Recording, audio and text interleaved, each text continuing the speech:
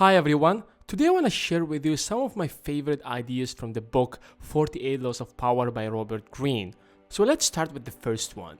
Never outshine the master. When I first joined college, my favorite subject was economics because I've been reading a lot of books in economics before that. So I would come to the class and answer every single question that my lecturer would ask. And sometimes when my lecturer mistakenly says something wrong, I would straight away correct him, trying to impress him. At that time, I was thinking that I'm doing a good job. And I remember how my lecturer used to say, "You are such a good student. I wonder how do you know all these things before me even teaching you?" I am impressed. Surprisingly, after my finals, when I got my results, guess what happened? I got A's for all of my subjects except economics, and I was like, what the hell is this? I was the best student in my class, and I was 100% confident that I'm going to get A+ for this subject. Luckily, I came across this book, 48 Laws of Power, then I understood why I got B instead of an A. Here is the reason.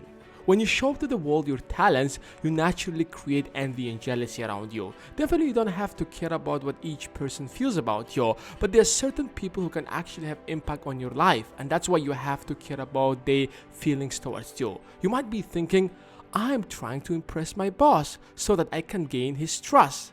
Sorry, but it doesn't really work that way. Look, what if I gave all the credits to my lecturer? I definitely would have gotten A for this. If I would just tell to the rest of my class in front of my lecturer how inspiring his lectures are, that because of him, I started reading books about economics, and that if he was not around, I would definitely fail this subject. This would make him feel secure and think that I'm no one but a simple student who is there only to learn from him, and he would feel that he is so good that he inspired me to read books about economics. You see how different is this from me being this little kid in the class trying to show how much I know, but at the end of the day not really getting what I really want, which is A? Never think that your master, your boss or lecturer or whoever there in power loves you and you can do whatever you want. They might love you in the beginning, but once you cross the lines, they will start getting jealous and will try to crush you. That's why never outshine the master. I'm not trying to tell you hide in the corner and do absolutely nothing and be that good boy who always listens, but rather be careful and take advantage of this law. Just flatter and out-up your master. If you're more intelligent than your master, seem opposite. Make him appear more intelligent than you. Make it seem like you need his knowledge and experience. Commit some mistakes that will not harm you in the long run, but will give you a chance to ask for his help, to make him feel that you need him. If your ideas are more creative, then ascribe them to him. He must appear as the sound which everyone evolves around, radiating power and brilliance, the center of the attention. Don't misunderstand me, it's not a weakness. If you applied with your lecture, you are going to get A. If you applied in your job, you are going to get the trust of your boss, and eventually you will be growing in your position. Don't be fooled by short-term attention and take advantage of this law. Once you become powerful enough, then you don't have to do this anymore. When we ask for help, we always appeal to other people's mercy, especially with our friends and family members. We think that they should help us because we have helped them before or simply because they are close to us. It looks really nice, but unfortunately, it doesn't really work always. I mean, come on, most of the times, you don't really get the help that you need. It's not because people are bad and don't want to help you, but rather they are naturally trapped in their own wants and desires. Most people start from the assumption that the people that they are appealing to have a selfless interest in helping them. They talk as if their needs matter to those people who probably couldn't care less. And the idea here is this: when asking for help, appeal to people's self-interest, never to their mercy or gratitude. Because even the most powerful person is locked inside the needs of his own, and that if you make no appeal to his self-interest, he merely sees you as desperate or at best a waste of time.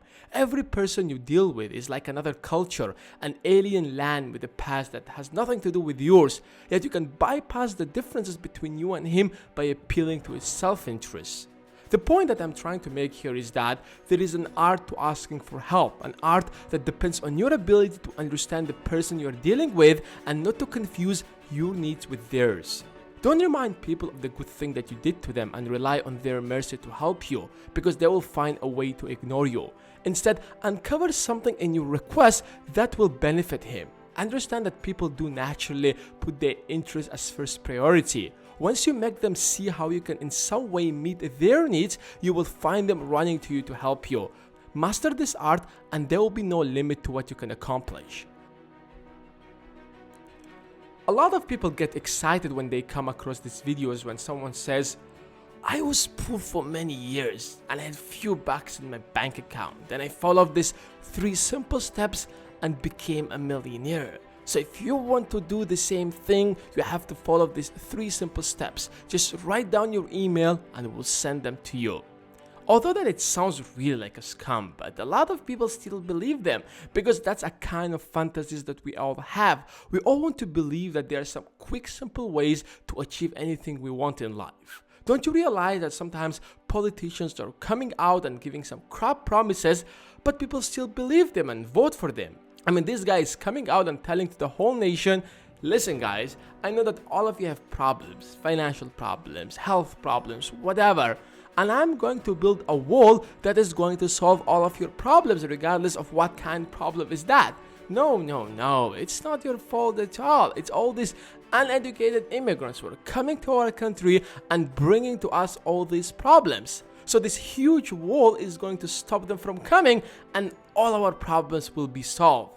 Guess what? He won the election despite the fact that all that is nonsense. But what if he said to the people, yes, we all have all these problems and here's my solution. We are going to stop wasting our time watching TV and checking our Facebook every 5 minutes, and instead of that, we are going to educate ourselves. And in 10-15 years, as we educate ourselves, learn to live together despite our differences, we will gradually solve our problems. Guess what's going to happen? He would not even get a single vote. That's why to gain power, you must be a source of pleasure for those around you. And pleasure comes from playing to people's fantasies. Never promise a gradual improvement through hard work. Rather promise the great sudden transformation that overnight we are all going to become millionaires. We always want to believe that we are not the cause of our problems and there is someone outside there getting to us all these problems. People who are failing in their studies, blaming their lecturers. People who are struggling with health issues, you find some of them complaining that how all these corporations are producing products that are so unhealthy, but he himself is so lazy that he cannot even exercise for 30 minutes a day. People who are complaining about financial problems, you find them wasting hours and hours in front of TV every single day and not even spending 10 minutes a day to read a book to get the basic understanding of money. The reality is too ugly and the solution is too painful. Fantasy, on the other hand, is easy to believe, so just play to people's fantasies. I'm not suggesting to anyone to start lying to gain power, but I'm simply telling you that this is one of the ways to gain power and there are people who are doing it. Thanks guys for watching. If you like this video, give it a thumbs up, and if you're new to this channel, click the subscribe button for more great videos, and I'll see you guys in the next one.